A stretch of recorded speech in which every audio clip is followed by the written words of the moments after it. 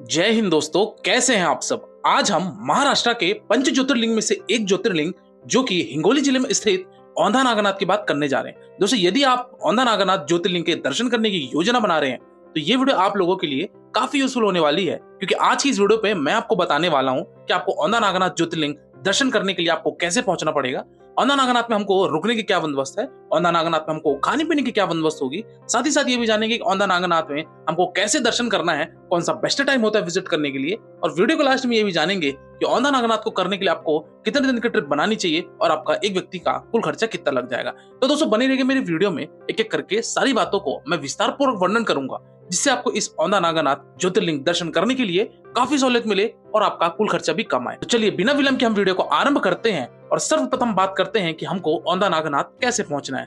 इस बात से भी पहले एक और बात आपको महत्वपूर्ण बताना चाहूंगा, जो ये है कि आपको 12 ज्योतिर्लिंग में दोस्तों जो हम काउंट करते हैं, तो 12 ज्योतिर्लिंग के अलावा यहाँ पे औंधा नागनाथ का भी एक नाम आता है, जो कि कुछ श्रद्धालुओं का कहना है कि औंधा नागनाथ ज्योतिर्लिंग ये 12 ज्योतिर्लिंग में नहीं आते, बल्कि हमारे द्वारका के नागेश्वर ज्योतिर्लिंग वहां पे आते हैं। लेकिन कुछ लोगों का मानना है कि नागेश्वर ज्योतिर्लिंग 12 ज्योतिर्लिंग में है और कुछ लोगों का मानना है ये औंधा नागनाथ आपके 12 ज्योतिर्लिंग में आते हैं। लेकिन हमारे लिए भोलेनाथ समान है, तो हम अपने सच्चे मन और आस्था से हम सभी ज्योतिर्लिंग के दर्शन करेंगे, जिससे हमको इस बात का फर्क नहीं पड़ता कि ज्योतिर्लिंग कौन सा है, लेकिन हमको भोलेनाथ के दर्शन अति आवश्यक सारे करने हैं। तो चलिए हम बात करते हैं कि अब हमको औंधा नागनाथ कैसे पहुंचना है। दोस्तों, औंधा नागनाथ पहुंचने के लिए बेसिकली आपके पास 3 मेजर ऑप्शन आते हैं। पहले ऑप्शन की अगर मैं बात करूं दोस्तों, तो वो है आपका बाई ट्रेन का। दोस्तों, यदि आप ट्रेन से आना चाहते हैं तो औंधा नागनाथ आने के लिए जो निकटतम रेलवे स्टेशन है वह है दोस्तों यहाँ का हिंगोली डेक्कन रेलवे स्टेशन।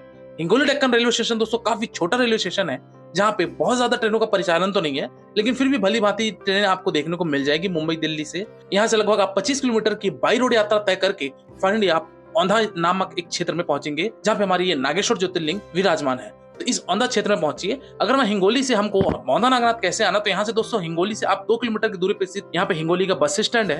आप हिंगोली बस स्टैंड आ जाइए। यहाँ से दोस्तों आपको बस मिल जाएगी, जो कि आपका 240 रुपए लेगी और आपको औंधा नागनाथ पे ड्रॉप कर देगी लगभग आधे घंटे से 40 मिनट में। तो इस तरीके से आप औंधा नागनाथ हिंगोली पहुंच सकते हैं। लेकिन अगर आपको हिंगोली के लिए डायरेक्ट ट्रेनें नहीं मिलती हैं, तो आप एक और बड़े स्टेशन आ सकते हैं, जो कि कहलाता है यहाँ का परभनी जंक्शन।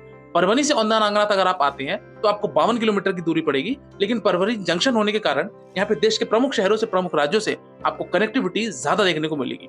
तो आप वहां आ जाइए परभनी, और परभनी के बस स्टैंड चले जाइए और बस स्टैंड के थ्रू आप बस से औंधा नागनाथ पहुंच सकते हैं। वही अगर मैं दूसरे ऑप्शन की बात करूं, वो है आपका फ्लाइट का। जैसे यदि आप फ्लाइट से आना चाहते हैं तो औंधा नागनाथ का जो निकटतम एयरपोर्ट है वह दोस्तों यहाँ का हजूर साहिब नांदेड़ एयरपोर्ट, जो कि यहाँ पे आपको 60 किलोमीटर की बाई रोड यात्रा तय करके आपको औंधा नागनाथ पहुंचना पड़ेगा। लेकिन नांदेड़ में दोस्तों यहाँ पे फ्लाइट का उतना ज्यादा परिचालन न होने की वजह से एक और आप निकटतम एयरपोर्ट आ सकते हैं, जो कि आज के डेट में इसको कहा जाता है संभाजी नगर एयरपोर्ट, जो कि पहले इसका नाम औरंगाबाद हुआ करता था। संभाजी नगर से दोस्तों अगर औंधा नागनाथ की बात की जाए बाई रोड यात्रा की, तो ये आपकी लगभग 200 किलोमीटर की पड़ जाती है और 200 किलोमीटर की आप बाई रोड यात्रा तय करके फाइनली औंधा नागनाथ पहुंच सकते हैं। वही अगर मैं अंतिम और लास्ट बात करूं, वो है आपका बस का। दोस्तों, बस के माध्यम से भी आप डायरेक्टली, जैसा कि मैंने बताया, परभनी, हिंगोली, मुंबई, महाराष्ट्र, नागपुर से आपको डायरेक्ट कनेक्टिविटी देखने को मिलती है। आपको महाराष्ट्र रोड ट्रांसपोर्ट की बस देखने को मिलेगी और इस तरीके से आप औंधा नागनाथ पहुंच जाएंगे। चलिए दोस्तों, अब बात करते हैं कि हम औंधा नागनाथ पहुंच चुके हैं। अब हमको यहाँ पे कहाँ अपना होटल एकोमोडेशन बनाना चाहिए और हमारा क्या कॉस्ट आएगा।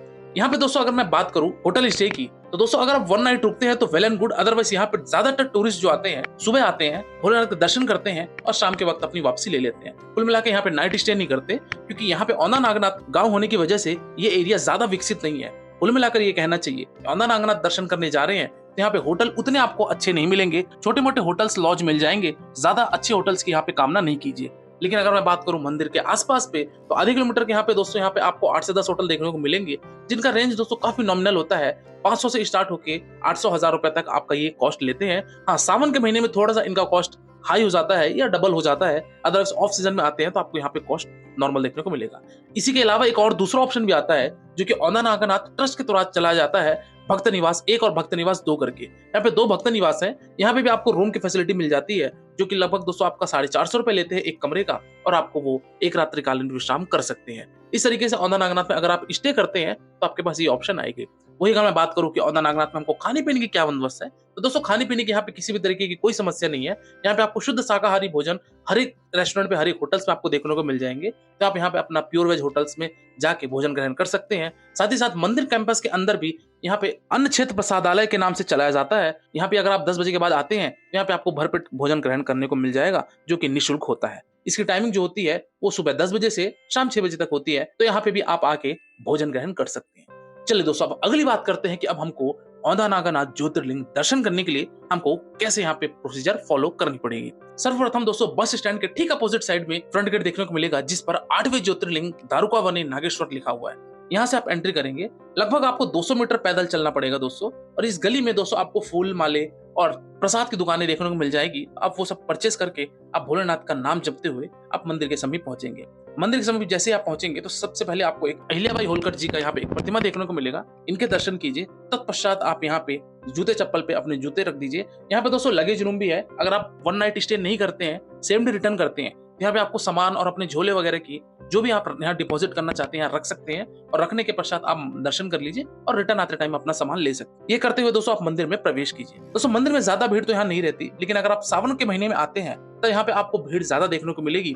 और यहाँ पे टाइम की बात की जाए तो लगभग आप 4 से 5 घंटे में भी सावन में आपको टाइम लग जाता है। लेकिन अगर आप ऑफ सीजन में आए हुए हैं तो आप हार्डली आधे घंटे के अंदर आप मंदिर से बाहर आ जाएंगे, क्योंकि ऑफ सीजन पे इतनी ज्यादा यहाँ पे भीड़ नहीं होती है। तो हर हर महादेव कहते हुए आप मंदिर प्रांगण में प्रवेश कीजिए। इस औंधा नागानाथ की अगर स्टोरी की बात की जाए और एक खास बात की बात की जाए तो आज से कई वर्ष पहले दोस्तों यहाँ पे एक नामदेव नामक एक संत थे, जो कि भोलेनाथ के बहुत बड़े पुजारी थे और वो भक्त थे। तो यहाँ पे उन्होंने दर्शन जब करने आया तो यहाँ पे जो मंदिर ट्रस्ट के पुजारी या लोग थे उन्होंने उनको अंदर आने से मना कर दिया, इस बात को लेकर कि आप निचली जात के हो। तब नामदेव संत जी ने मंदिर के पीछे जाके बैठा और वहां पे तपस्या करने लग गए भोलेनाथ की कि इन्होंने मुझे दर्शन करने नहीं दिया। उनकी तपस्या करते करते भोलेनाथ इतने प्रसन्न हो उठे कि उन्होंने उनको दर्शन देने के लिए मंदिर का रुख ही, मंदिर का मेन गेट ही पूरा 180 डिग्री पे घुमा के उनकी तरफ कर दिया और उनको कहा कि लीजिए आप दर्शन कर लीजिए।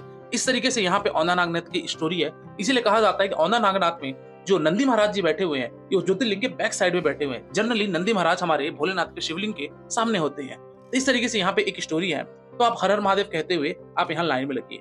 यहाँ पे दर्शन करने के लिए आपको बताना चाहूंगा, औंधा नागनाथ दोस्तों यहाँ पे एक गुफे की तरह बना हुआ है। यहाँ पे आपको नीचे जाके भोलेनाथ के दर्शन करने पड़ेंगे। अंदर का तो मैं शिवलिंग नहीं दिखा सकता क्योंकि मोबाइल कैमरा वर्जित था।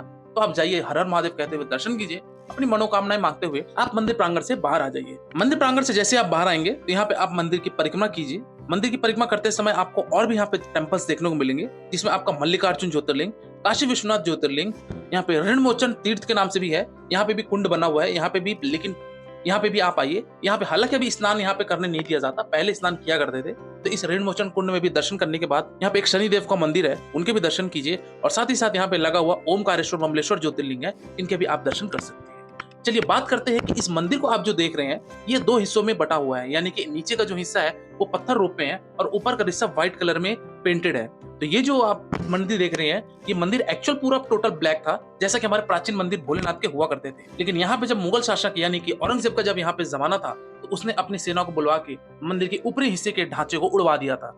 इसलिए फिर अहिल्याबाई होलकर ने इस मंदिर में आके इसका जीर्णोद्धार करके ये जो ऊपर वाला आप हिस्सा देख रहे हैं ये अहिल्याबाई होलकर द्वारा बनवाया गया है। इस तरीके से यहाँ पे मंदिर का colour black and white colour में हो जाता है, जो कि काफी ज्यादा खूबसूरत दिखता है। इस तरीके से आप भोलेनाथ के दर्शन कीजिए, मंदिर की परिक्रमा कीजिए। और यहाँ पे अगर आप औंधा नागानाथ जी के मंदिर प्रसाद का भोग प्रसाद लेना चाहते हैं, यानी कि लाडू प्रसाद लेना चाहते हैं, यहाँ पे भी आप लाडू प्रसाद ले सकते हैं और आप मंदिर प्रांगण से बाहर आ जाइए। औंधा नागनाथ में दोस्तों आसपास उतने बड़े तीर्थ स्थल नहीं है।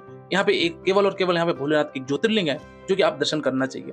तो ये सारी चीजें दर्शन करके आप अपने रिटर्न बना सकते हैं, चाहे हिंगोली जाइए, चाहे आप परभनी जाइए, जहां कहीं भी आप जाना चाहते हैं अपने अपने रिटर्न बना सकते हैं। इस तरीके से आपका 1 डे का ट्रिप आपका सफिशिएंट है। लेकिन अगर आप रात्रकालीन में पहुंच रहे हैं तब तो आपको 1 नाइट और 2 डेज की ट्रिप बनानी पड़ेगी और दूसरे दिन आप अपनी वापसी ले सकते हैं। चलिए दोस्तों बात करते हैं कि हमको इस औंधा नागनाथ ज्योतिर्लिंग करने के लिए आपको एक व्यक्ति का कुल खर्चा कितना लग जाएगा। तो दोस्तों यदि मैं बात करूं कि अगर आप सेम डे रिटर्न बनाते हैं तब तो दोस्तों आपका 500 रुपए एक आदमी का मैक्सिमम खर्चा लगेगा। हो सकता है इसके अंदर ही आपका खर्चा हो जाए। और अगर आप 1 नाइट का स्टे बनाते हैं तो आप ये मान के चलिए दोस्तों कि आपका 800 से 1000 रुपए एक आदमी का खर्चा आएगा और आप औंधा नागनाथ ज्योतिर्लिंग को अच्छी तरीके से दर्शन कर लेंगे।